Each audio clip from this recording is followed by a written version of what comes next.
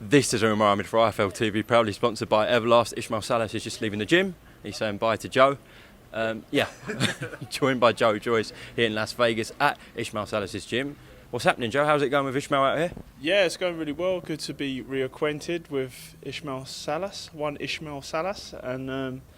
it's good. Got straight to work in like fine tuning and getting me back to the basics and drilling my fundamentals and working on like the little correcting the little mistakes and errors that I've got. So just like fine tuning me. And right now, this week, I'm like starting to like bring it back, and I've got my footwork and skills kind of back, my biomechanics. So like now we're kind of like starting to look at combinations and stuff like that. So, and I've also already started sparring as well. I had some good spars. So things are looking bright and good in the Joyce camp. It's quite a scary prospect for the other heavyweights in world boxing, considering, as you're saying, you're still fine-tuning things, learning. We haven't seen the best of Joe. Joyce obviously had a phenomenal win over Daniel Dubois, a war with Takam, but you showed qualities that we know about. But if you're saying stuff like, I'm starting to throw combinations, etc., where you haven't been doing that with other fighters, that's a scary prospect for the other heavyweights. Yeah, you can always improve, and that's why I feel like I'm in the best place with Salas. I think we get each other, and he's got the skills and the wealth of knowledge to then keep me focused and doing things right and bringing the best out of me. Definitely. Well, we are awaiting a date for you, Joe. I think it's been rumoured maybe late or early February next year. Is that what we're looking at? Is that what's in your mind? Yeah. So that's what's in my mind. Yeah. So February is a potential fight date, and I'm here early, ahead of time. Going to hit the ground running, and just deal with all the little fine tuning of the skills and the things that I need to work on, and then when I can start camp next year, and I'll be already ready to go and like to work on the technical side. I don't think there's a heavyweight in a better position outside of the champions, other than yourself, WBO number 1, and you were also WBC number 2. So you're sitting pretty in two organisations. Something's going to happen next year where obviously you get called for either fight. But let me ask you about this situation now with Tyson Fury. So that fight with Dillian Whyte hasn't been ordered. We expected that. And I spoke to Bob Arum this week. Frank's mentioned this as well. They're mentioning your name and putting your name in the hat for Tyson Fury next. Any talks about that going on? I'm just really going to leave that to my team to sort out and discuss, but they can give me options and routes, and obviously Tyson Fury would be a great option, and I'd love to get the opportunity to be like fast track straight in there before Dillian Whyte, unfortunately for him. And so that's the way boxing works. You never really quite know exactly what's going to happen till both camps are happy and like it's signed and you're past the weigh-in and like everything's gone to plan. So I just preparing behind the scenes, getting myself in the best shape, physically, tactically, and mentally. Well, we know you and Tyson are good friends. You sparred plenty of times and you get on, but if that fight ever happens between you and Tyson, that friendship gets put aside and you can crack on and go into war mode, Joe?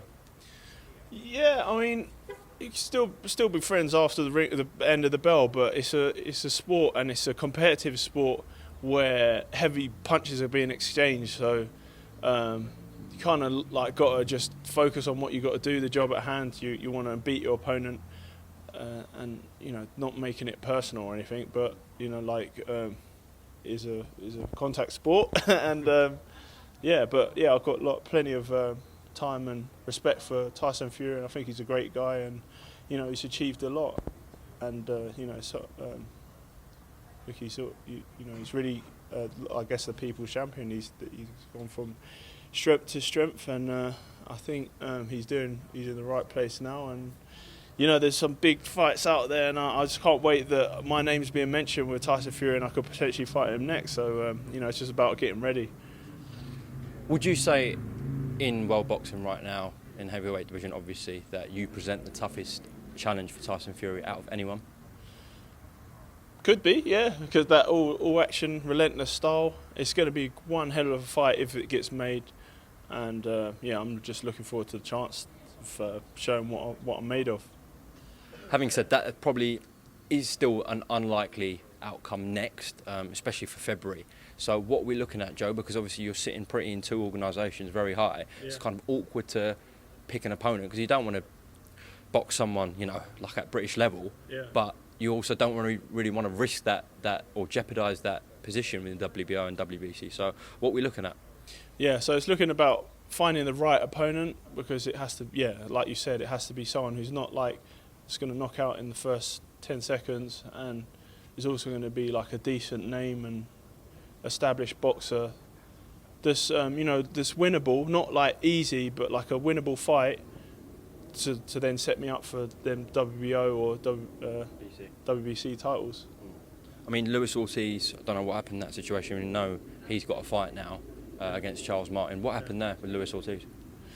I don't know. I just do my part. I come to the gym. I turn up for the gym. Adam must have told you something. I try to get here on time, and I train and I improve and I deliver come fight night. So I do my part, and so it's just, there's a lot of, I guess, like politics, and there's a lot of things that need to be organised to make these fights happen, and I rely on my team and promoter to set up the fights. Joe, we'll ask you also about Anthony Joshua. He's been out here in the States looking for a new trainer, it seems like. I don't know if he's going to leave Rob McCracken, but that is a strong possibility from the outside looking in. What did you make of that, him going to Eddie Reynoso, Virgil Hunter, Robert Garcia, etc.? I think it's good. He's got, wants to improve his game, and he's, I guess, maybe a bit late now to try and improve stuff. But I think it's good. He's got a must-win rematch. Must-win fight. He has to win this time round. So he's going to have to work on the limitations that he's got, and maybe just work on his strengths, and going with a different game plan, and maybe have another game plan if one fails, then he's got backup plans to go ahead going into the fight. What did you think about Tyson Fury and Sugar Hill saying we'll train you for that rematch with Usyk? Well, I mean, it's one of them must-win fights, so maybe, I don't know. How is he going to take that? Is that a bit of an insult, a bit of a dig, or is it help? Is it coming from a helpful place? And maybe should take him up on that. But then, how does that work with if he wins the fight and then them two will both get on? There's plenty of questions. I think it was a bit of tongue-in-cheek, really. Yeah, probably. Yeah. I think Tyson likes to be a bit tongue-in-cheek anyway. So. If you were advising him, though, just as a fellow heavyweight, I know you know Anthony Joshua very well as well, what has he got to do, in your opinion, to right that wrong against Alexander Usyk? Yeah, like I thought would happen in the first fight was, they'd trade and get to know what each other have got, and then I thought maybe Joshua would be throwing some heavy shots and making it untidy, but it was it was quite a clinical performance from Joshua, and he was, credit to him being technical, but then I think it was the wrong tactic going to try and be a better boxer than Usyk. And I think all he needs to do is try and rough him up a bit more and make it a bit more untidy and use his size. How do you go about being Alexander Usyk should that fight happen? Well, I guess the obvious one would be to look at the old fight, and maybe I could do something similar, but for 12 rounds and grind it out. But there's, I'll see what Salas has to say and what tactics going in there. Okay, well listen, Joyce, I do appreciate your time here on IFL TV in Las Vegas. How long are you out here for? Another 4 weeks. Or just under, maybe. I'm back for December, back for Christmas. Yeah. Okay. Well, listen. Actually, one more thing. It's just popped into my mind. Tony Yoka's boxing Carlos Takam. What do you think about that? That's an interesting fight. Yeah. What's he trying to do though? Is he trying to make a point? Maybe if he gets him out there in 5 rounds, then I don't know, it'll become hunting for me or something. They keep mentioning your names. If you Tony does, Bob Arum, Tony Yoka's promoter. they do say, you know, we want that fight. But at the moment, I think the viewpoint from you guys is what's in it for us to fight Tony Yoka at this point. Yeah, because I'm in a great position. And hey, is that my girlfriend? Oh, look. Quick, run. Yeah. And take your mask off. Hey. All right. He's lucky. Yeah. Is Nadine, you want to say hello? Oh, she's shy, camera shy. It's gone. To be fair, she got on the camera after you beat Dubois in the hotel room. Yeah. That was funny. Actually, that sounded really... I'll just clarify, there was a lot of people there. And Yeah. Anyways, yeah. You're saying about Yoka doesn't really do anything for you at this point. Yeah, no, and I think because I'm in such a good position, I'm going for that world title first, and then maybe later down the line, then that could be a potential fight, Olympic final rematch. But I think Yoka needs to do. I think he needs to get in, come up the rankings and beat some more people to deserve that chance, that opportunity. Right, Juggernaut, I appreciate your time on IFL TV, and hopefully we'll speak soon in the UK, all right? All right. Top man. Thanks.